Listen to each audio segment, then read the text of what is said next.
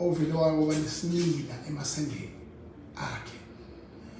Wamila amasende akhukhumala 6 years ephila nalesi simo ekhempile njengabhebhi.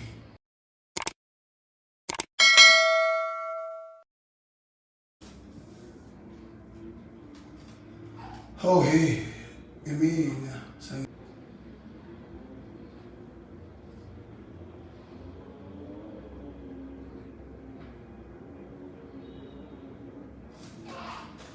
ngani zakwethu,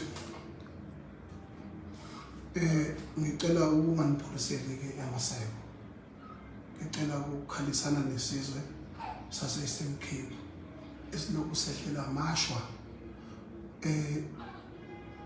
iviki neviki la mhlambe inemandla kubulawa abantu abawu-18 kwaphinde kwabulawa abantu abawu-6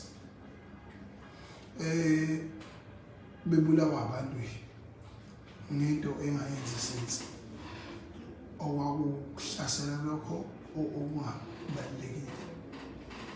Namhlanje sivuka nendaba ezithi kudlwengulwe abantu abayisithupha abalokhu matric ababhala umatric, bese kuzoba isimo sokulimala kwenkosi yakhona intehaha inkosi yase-Eastern Cape. Le nkosi ke yase-Eastern Cape elimele njengamanje idedudemlilwayo. Asikho isidingo sokuthi kubulawe amakhosi, asikho isidingo sokuthi sibulalane, kodwa ngineqiniseko lokuthi usenzo Mchunu njengoMinister of Police kanye no-Commissioner wase-Eastern Cape, they will do all the justice to make sure ukuthi yonke into ihamba ngendlela yokuthi igebengu ziboshwe. Ngibongile ukuthi bonke laba bantu baba macingwane akade behlasele lapha, iningi labo sebebushiwe, so sekulele emthethweni, in the hands of justice, ukuthi kwenzakalani ngabo. Kuyinto ebuhlungu kakhulu leyo. Bese ngiphinde futhi okwesibili inkulumo yami iyelanywa isimo somfana walapha eNanda kuthiwa omhlongo. Ngithi Dr. Nkosi akekho njengawe, Dr. Nkosi akekho njengawe. Everyone who have contributed in the pressure where someone like umfana wamhlongo ukuthi thola usizo, ngisho lo muntu wenze kahle. Kulomfana wamhlongo ke abantu abangazi ke abanye ovele obenesimila emasendeni akhe. Wamila amasende akhukhumala 6 years ephila nalesi simo ekhempile njengabhebhi. Waba nezigaxa zamasende akhule azabe mangalinganisa angalingana nokhula box amasende omabili.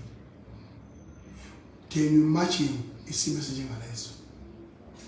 Kodwa uthuleleni kunensizwa yakwathuleleni, anoma kuthiwa yakomkhwanazi noma yakwamimana ngasi eliyansizwa imaphoqophoqo nje mawuyibunga ungathi ithini inyathelo zenkomo ayinakekile, uNkulunkulu ifihlile. Leyo ke iyona ekwazi ukuvunulula lo muntu yam-interviewer futhi nangendlela egcizelela ngayo ithi la actwa akuzona icash bese igcizelela ukuthi lo muntu usenkingeni engakanani. Yasiza nompala lo omunye wakhe ubuso kabuhlungu elinyazwe intombazane ayithandana nayo, yambhunyela nge-acid. Mayimbhunyela nge-acid lo mfana lo wakhixika mawumbuka izithombe zakhe eyibhuku nombuka esebiphile ebiphiswe i-acid. Uyabona ukuthi laba bantu basilimazela umbese webhungu. Kodwa uthuleleni wakwazi ukuthi asize lo muntu, amsize azafike nasesigabeni sokuthi injoba kuthiwa uma endlini yakasese uya ngeplastiki boshela ukuthi apha yonke leyo nto leyo bamsiza. Manje ke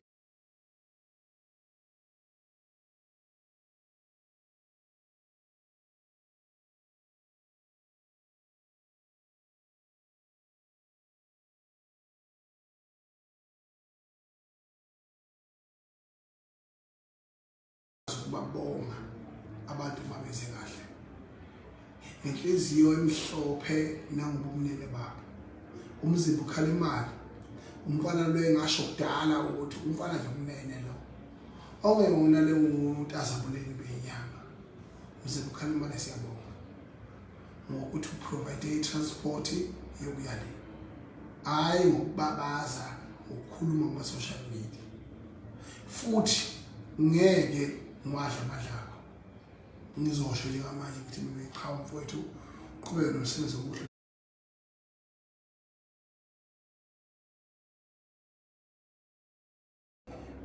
ongeyikho. Well done Mzimba Khalimani, I admire you. Now mfowethu bhaka mawunganciphisa ukuntaza nje amaqiniso amaningi uyawakhuluma. Washo vele ukuthi lo muntu uzosizakala ukuthi ayesejali. Isejali ke isifikile.